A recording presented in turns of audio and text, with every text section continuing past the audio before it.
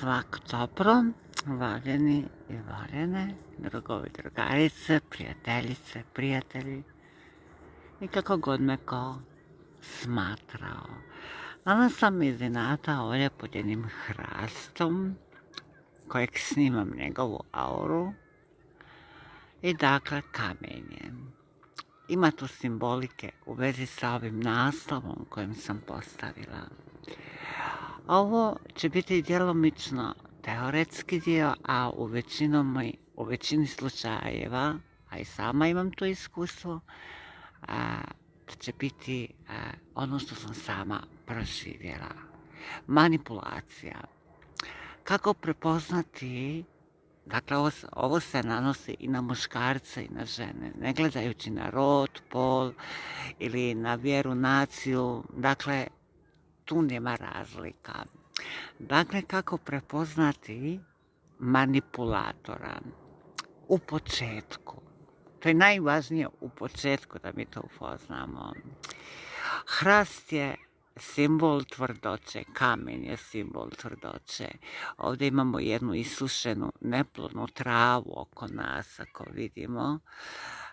Dakle, sigurno nalazimo se u Hercegovini, vidimo da je sve pusto, osim ovog hrasta koji daje život, koji ima duboko korijenje. Zašto? Jedan takav hrast je manipulator u tom smislu, jer svaki manipulator ima jako plitko korijenje i zato su njegove krošnje jako uske i ne dižu se ka nebu.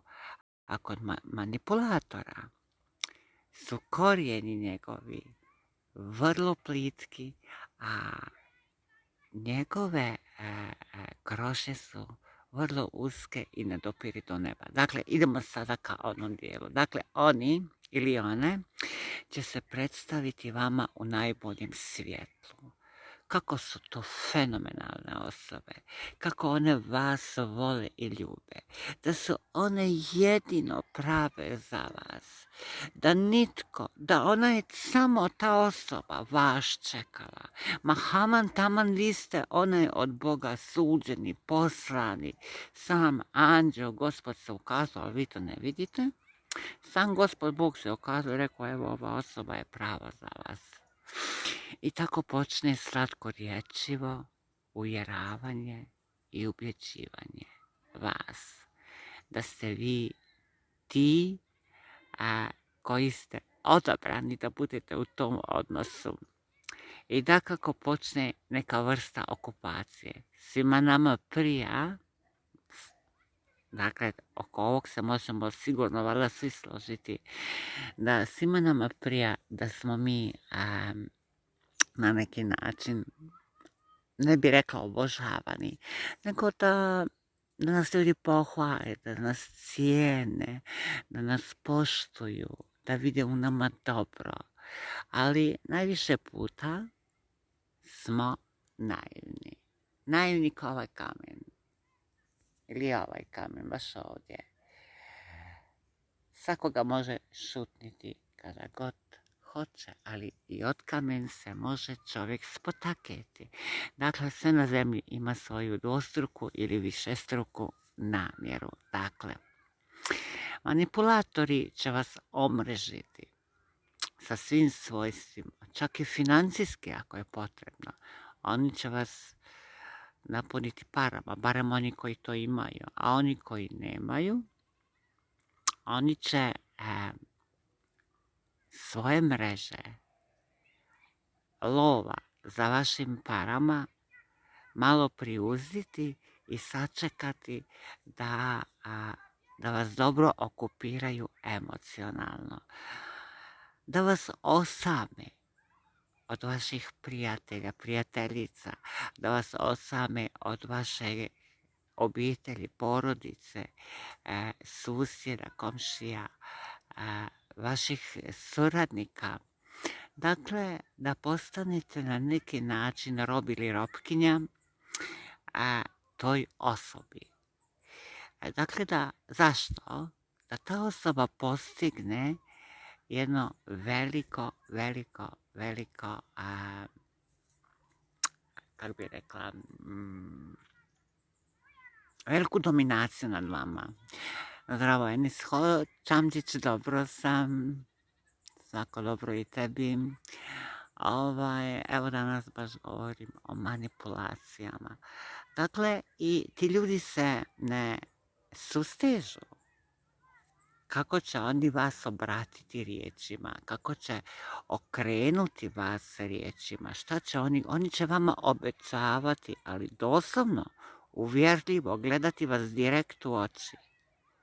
Znate, tu ne važi ona poslovica, ko vas ne gleda, ko vas gleda u oči govori istinu. Kod manipulatora, istančenog manipulatora, on vas može direkt gledati u oči, osmješkivati se i lagati vas, ubjeđivati vas, uvjeravati vas da ste vi Bog, boginja, da ste vi anđel, anđelica, ne znam, da ste vi san sanova, eto samo što niste stigli, ne stigli nego spustili se sa neba. A sve dok vas ne odstrane od vašega društva, dok vas ne izoliraju. Kad vas izoliraju, vi postanete plijen svoga manipulatora ili manipulatorke. Žalosno je da puno žena, a i u današnjem vremenu puno muškaraca pada upravo na te manipulatorke i na te manipulatore. Dakle, manipulator nema osjećaja.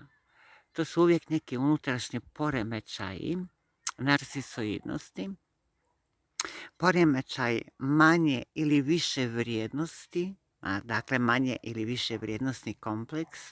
Dakle, takva osoba, manipulatorka se osjeća nešto ili manje vrijedno od društva, okoline, ili se osjeća više vrijedno.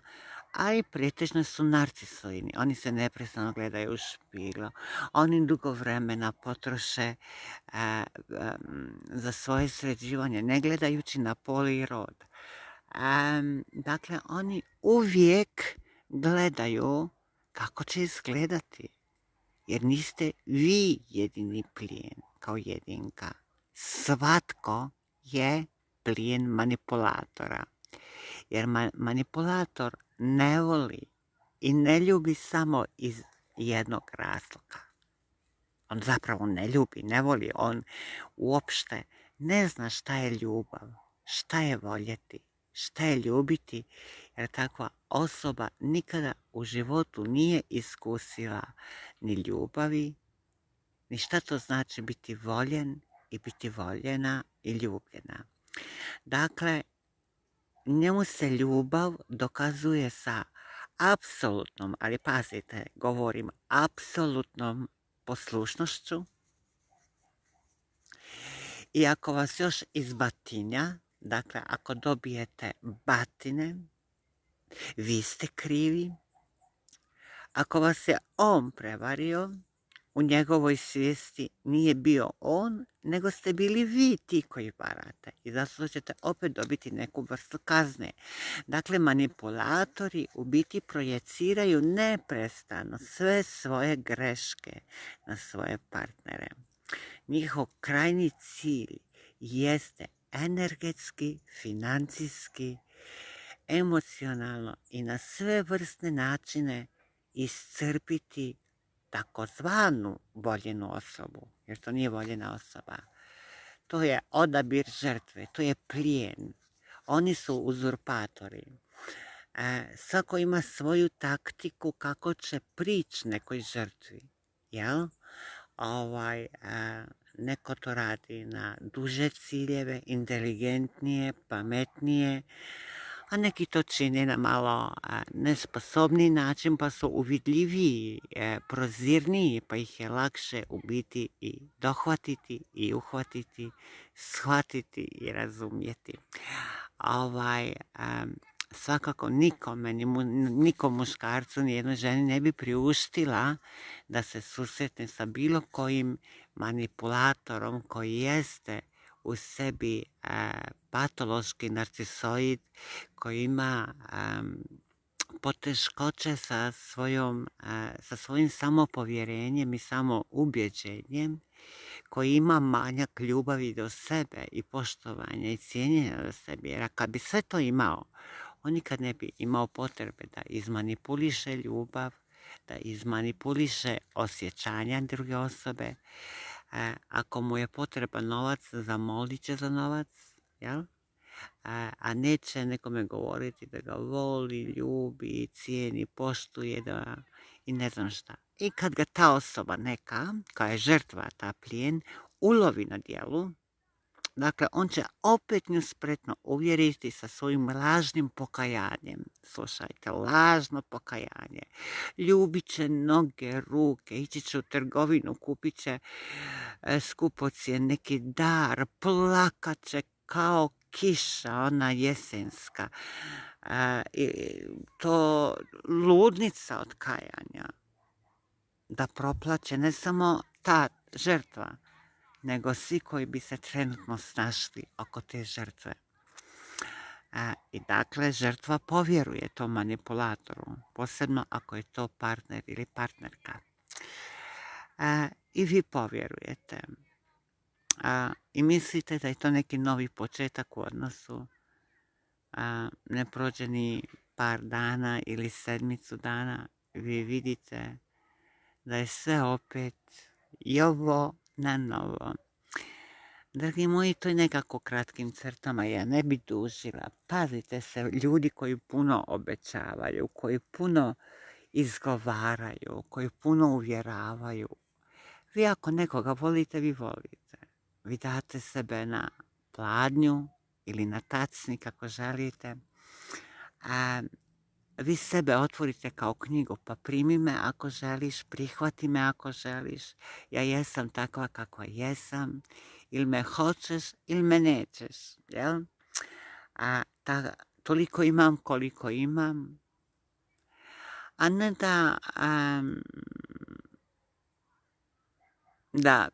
da nekako manipuliram sa bićem koje je svako ljudsko biće, božansko biće i vrijednost svakog poštovanja, svake ljubavi i vrijednosti, ali ne bih voljela da nitko od vas i bilo ko da sluša sada ovo, u ovom trenu, ili bilo ko da će slušati bilo kojem drugom vremenu, sutra ili bilo koji mjesec, ne bih voljela da žrtva postane bilo kojeg manipulatora.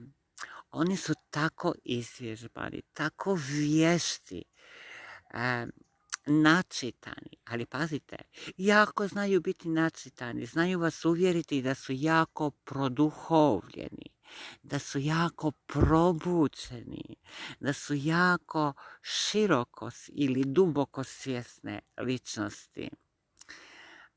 Govorim vam iz iskustva, tome nije tako. Ima ljudi koji jesu na tom kursu, u tom pravcu činjenja tih proširavanja svoje svijesti i probuđivanja svoje svijesti, ali ima ljudi koji su lovokradice i oni su u biti kradu razne tekstove drugih ljudi da bi predstavili sebe. Ali gledajte, još jedan put vas dajem upozorenje ili svraćam vašu pažnju na to. Svi ljudi koji stavljaju sebe ispred, ako je to neka narcisoidna osoba, a narcisoidnu osobu je lako prepoznati, ona vrlo puno daje na sebe, u sebe, pod sebe i za sebe. Kako da vam kažem u jednoj rečenici. Dakle, njoj jedna dlaka ne smije da fali, niti jedna dlaka ne smije da ide van kursa, van smjera, kako se ta osoba počešljala. Dakle, ta osoba će se više zadržavati, recimo ako je muškog pola, ta osoba će se više zadržavati u WC-u nego osoba ženskog roda. Da, to je živa istina. I tako da što se tiče njihovog ubjeđivanja i uvjeravanja, njihovog načina pokojavanja, plakanja, molim vas, ne budite djeca, odrastite, budite samouvjereni, samosvjesni. Ne isplati se širiti tu dogmu, lažnu dogmu karmičku, da je treba pretrpjeti, izmučiti samu sebe ili samoga sebe da bi postigli neko više stanje svijesti zbog toga što smo pačenice u nekom odnosu. Ako je neko manipulator, narcisoidni, koji pati od mnogih poremećaja psiholoških, a ti psihološki poremećaji nisu jako vidljivi, to su uočljivi kroz nekoliko mjeseci ili čak godinu, recimo kad ste vi s nekim u odnosu, ali recimo osobe koje su malo duhovnije, one to mogu brzo da uvide. Samo je pitanje da li će te duhovne osobe sebi dopustiti to iskustvo manipulacije, da su manipulisane ili si nećeju. Dakako, najveće žrtve tih manipulatora, narcisoidnih manipulatora, su isto žene koje su seksualno i fizički zlostavljane. I ovim putem se svim ženama, svim djevojkama, ženama, djevojčicama koje su iskusili bilo koji oblik pedofilije, posilstva,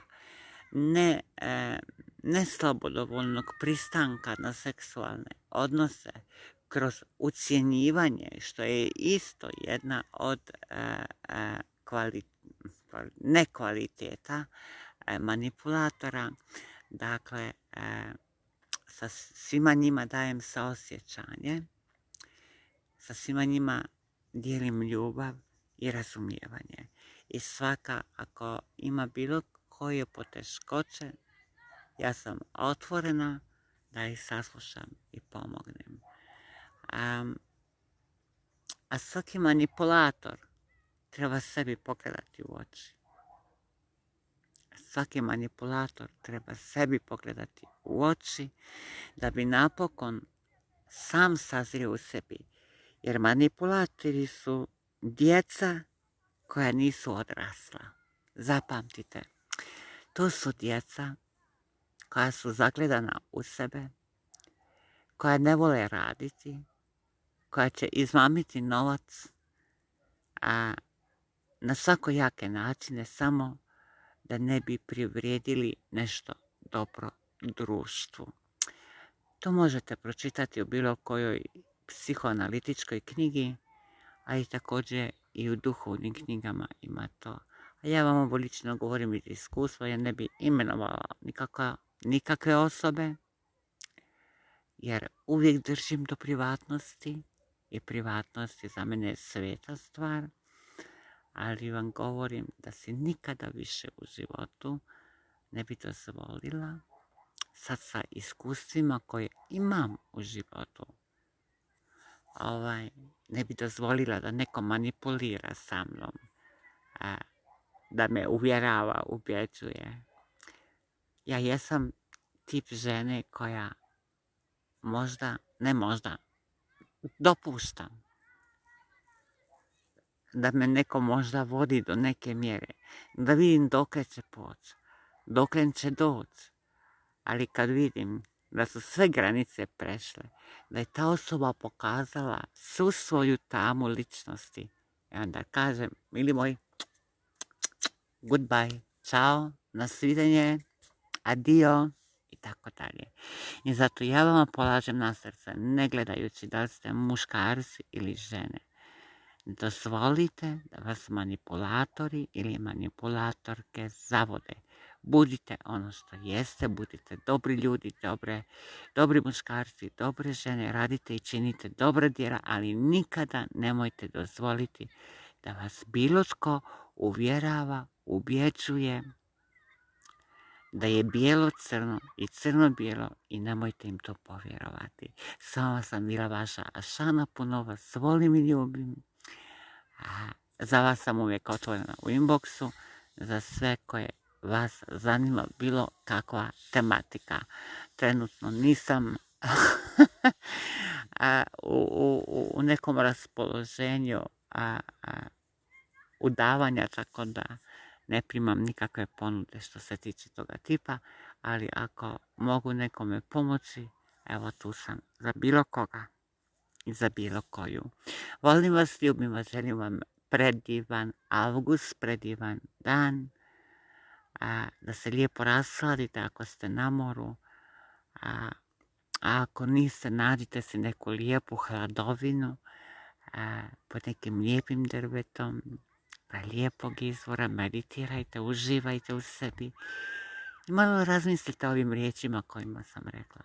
A ako ste vi taj manipulator i vi razmislite, možda ćete ipak doći do one tačke, a ja vjerujem u tu tačku svjesnosti u vašem srcu gdje se možete promijeniti.